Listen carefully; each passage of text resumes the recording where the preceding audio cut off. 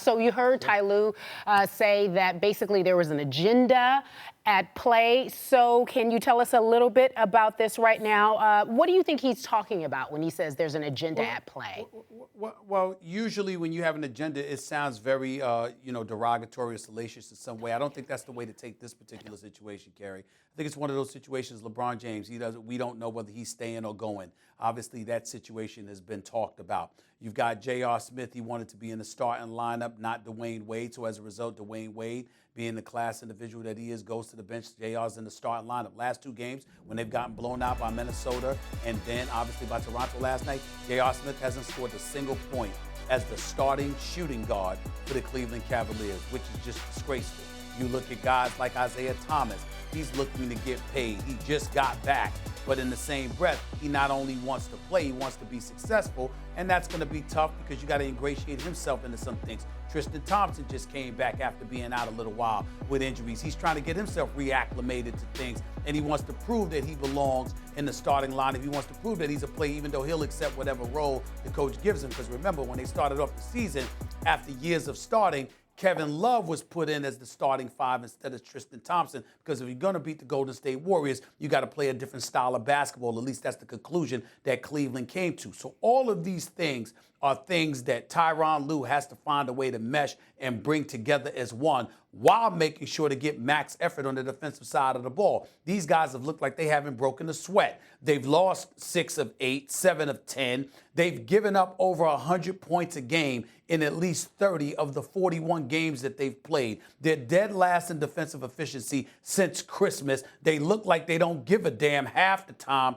on the defensive side of the ball. And for the first time in LeBron James' career, he's got waxed in back-to-back games in excess of 25 points. So it's a problem, but primarily it's on the defensive side of the ball because you're not getting effort, and that's what brings up the question about agendas. Because when you're not giving max effort, there's got to be something to that, because that's the one thing there is no excuse for. All right, so you leave that out there. We think about it. There's all types of agendas, and obviously we heard that Kevin Love, as well as LeBron, said there are no agendas. But I heard you say this earlier, or you asked this question earlier on your show, First Take. Do you think that it's a lock that they are going to the Eastern Conference Finals, referring to the Cavs? No, I think it's a lock they're going to the conference finals. I don't think it's a lock they're coming out of the East. That's what I said. It's not a lock that they're coming out of the East. Many people believe it's a lock.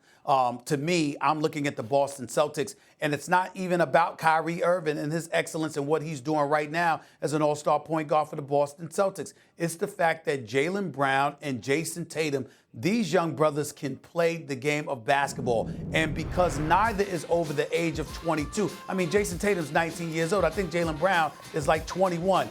Keep in mind, Kerry, they've got young, fresh legs. They're athletic. They're long, and they love to defend just as much as they love playing offense. Then you got guys like Terry Rozier and Marcus Smart coming off the bench. They're miniature in size, but they've got girth, they've got size, and they've got loads of heart and toughness, and they don't hesitate to defend. And the brightest young coach in all of basketball, on any level as far as I'm concerned, is Brad Stevens. This man is a sensational young coach. And so when you take all of those things into consideration, the fact that Kyrie knows what Cleveland likes to do as well, and you combine that with the fact that you got young athletic dudes who can give you something offensively, but love to play defense and are playing with house money because the expectations were eradicated the second Gordon Hayward went down in game 1 of this season. That makes them a highly competitive and very dangerous opponent. Cleveland is still the favorite. I'm not saying I would pick against them to go to the finals, but if it was like a 95 to a 100% lock that they were coming out of the East, I would now reduce that to 60 because Boston plays defense. Cleveland picks and chooses when they want to show up to defend and when they don't.